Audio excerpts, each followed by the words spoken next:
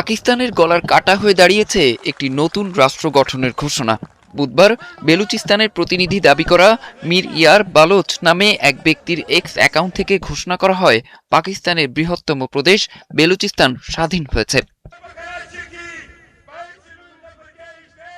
ঘোষণায় বলা হয় বেলুচিস্তানের ৮৫% অঞ্চল নাকি তাদের নিয়ন্ত্রণে। নতুন পতাকা, জাতীয় সঙ্গীত এবং বালোচি ফালুস নামে মুদ্রাও চালুর দাবি করা হয়। একই সঙ্গে আন্তর্জাতিক সম্প্রদায়, বিশেষ করে ভারতের কাছে কূটনৈতিক স্বীকৃতির আহ্বান জানায় তারা। তবে পাকিস্তানের কাছে এমন বিষয় আশ্চর্যের কিছু নয়, কারণ বহু দশক আগে থেকেই বেলুচিস্তানে বিদ্রোহ হয়ে আসছে, যার শুরুটা হয় ১৯৪৭ সালে দেশভাগের পর থেকে। স্থানীয়রা মনে করে ১৯৪৮ সালে তৎকালীন কালাত রাজ্যকে জোর করে পাকিস্তান দখল করে। এই ক্ষোভ থেকেই অন্তত ৫ দফা বড় ধরনের বিদ্রোহ করেছে সশস্ত্র গোষ্ঠীগুলো। বর্তমান ক্ষোভ শুধু ইতিহাসের উপর ভিত্তি করে হয়নি, এর সঙ্গে যুক্ত হয়েছে প্রাকৃতিক সম্পদের মালিকানা, রাজনৈতিক প্রতিনিধিত্ব, অর্থনৈতিক বৈষম্য, সামরিক উপস্থিতি এবং মানবাধিকার লঙ্ঘনের অভিযোগ। বেলুচিস্তানে বিপুল পরিমাণ প্রাকৃতিক গ্যাস, কয়লা, তামা ও সোনার মজুত রয়েছে। আরব সাগরের তীরে অবস্থিত গভীর সমুদ্র বন্দর গদরও এই প্রদেশে। বেলুচ জাতীয়তাবাদের অভিযোগ, তাদের ভূখণ্ডের সম্পদ ব্যবহার করে পাকিস্তানের অন্য অঞ্চল উন্নত হলেও তারা সব দিক থেকেই পিছিয়ে রয়েছে। এদিকে এখন পর্যন্ত কোনো আন্তর্জাতিক সংস্থা বা দেশ প্রদেশটির স্বাধীনতার দাবির পক্ষে বা বিপক্ষে কোনো মন্তব্য করেনি।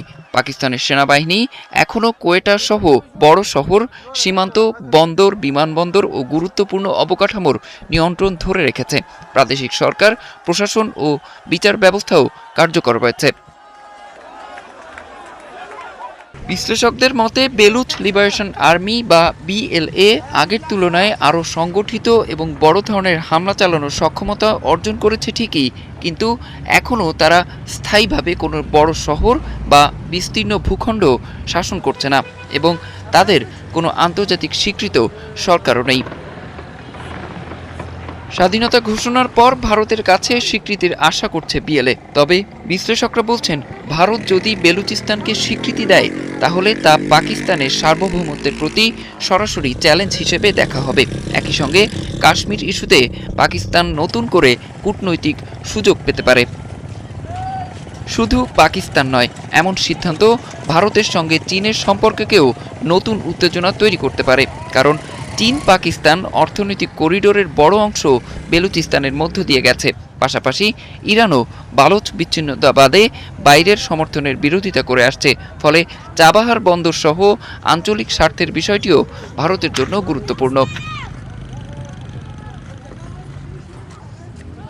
সব মিলিয়ে সামাজিক যোগাযোগ মাধ্যমে স্বাধীন রাষ্ট্র ঘোষণার দাবি যতই আলোচনায় থাকুক, বর্তমান বাস্তবতায় বেলুচিস্তান এখনও পাকিস্তানের অংশ।